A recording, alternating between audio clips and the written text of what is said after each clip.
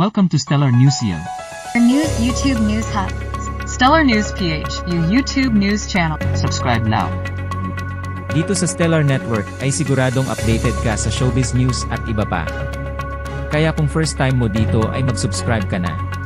Si CJ Opiaza, ang pambato ng Pilipinas sa Miss Grand International 2024, ay nagwagi bilang first runner-up sa nasabing international pageant na ginanap noong Biyernes, Oktubre 25, sa MGI Hall sa Bravo BKK Mall, Bangkok, Thailand.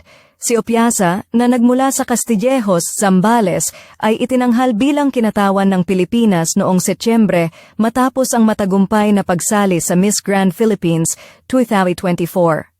Ang korona ng Miss Grand International 2024 ay napunta kay Rachel Gupta ng India, na nakatanggap ng kanyang titulo mula kay Luciana Fuster ng Peru, ang reigning queen mula sa nakaraang taon.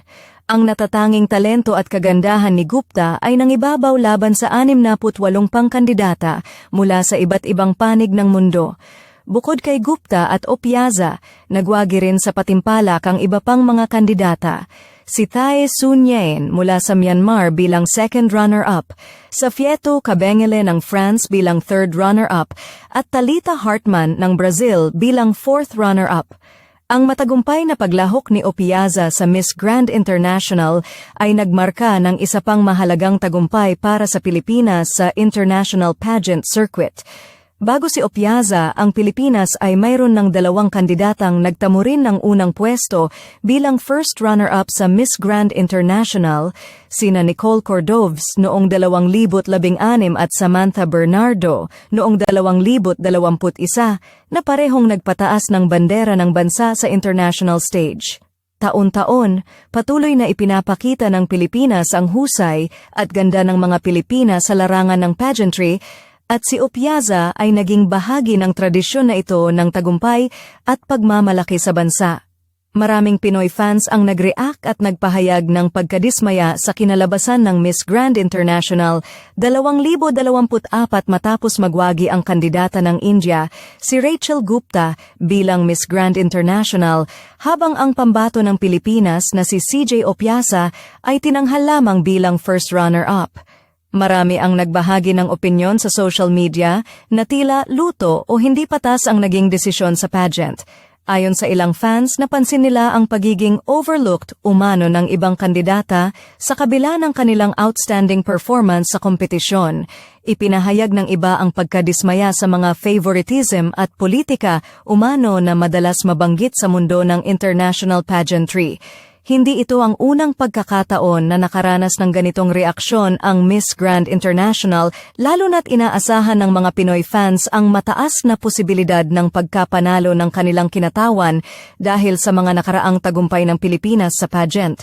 Bukod sa Pilipinas, nagkaroon din ng pagkabahala mula sa ibang bansa na may mga kinatawan na, ayon sa fans, ay deserve din makakuha ng mas mataas na posisyon, ngunit hindi naabot ang inaasahan. Si CJ Opiaza, ang pambato ng Pilipinas sa Miss Grand International 2024, ay nagwagi bilang first runner-up sa nasabing international pageant na ginanap noong Biyernes, Oktubre 25, sa MGI Hall sa Bravo BKK Mall, Bangkok, Thailand.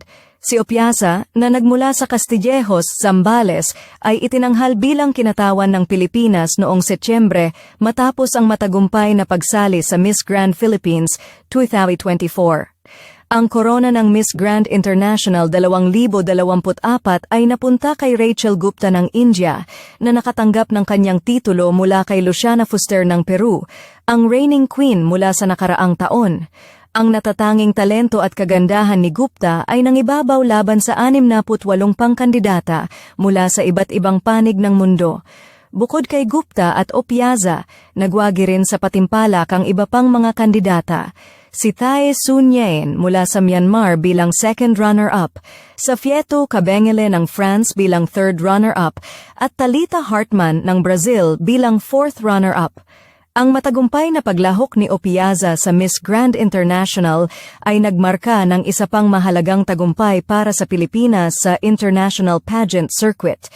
Bago si Opiaza, ang Pilipinas ay mayroon ng 2 kandidatang nagtamo rin ng unang pwesto bilang first runner-up sa Miss Grand International, sina Nicole Cordoves noong 2016 at Samantha Bernardo noong 2021 na parehong nagpataas ng bandera ng bansa sa international stage.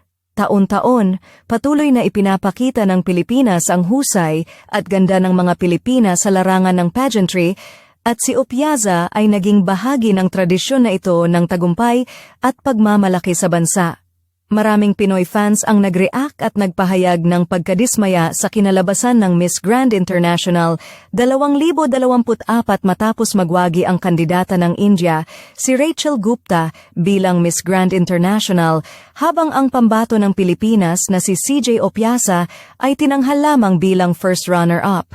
Marami ang nagbahagi ng opinyon sa social media na tila luto o hindi patas ang naging desisyon sa pageant.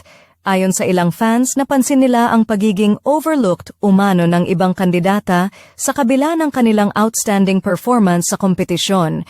Ipinahayag ng iba ang pagkadismaya sa mga favoritism at politika umano na madalas mabanggit sa mundo ng international pageantry. Hindi ito ang unang pagkakataon na nakaranas ng ganitong reaksyon ang Miss Grand International, lalo na't inaasahan ng mga Pinoy fans ang mataas na posibilidad ng pagkapanalo ng kanilang kinatawan dahil sa mga nakaraang tagumpay ng Pilipinas sa pageant. Bukod sa Pilipinas, nagkaroon din ng pagkabahala mula sa ibang bansa na may mga kinatawan na, ayon sa fans, ay deserve din makakuha ng mas mataas na posisyon, ngunit hindi naabot ang Ano inaasahan. masasabi nyo sa issue natin today? This has been Angelo, hanggang sa susunod na balita.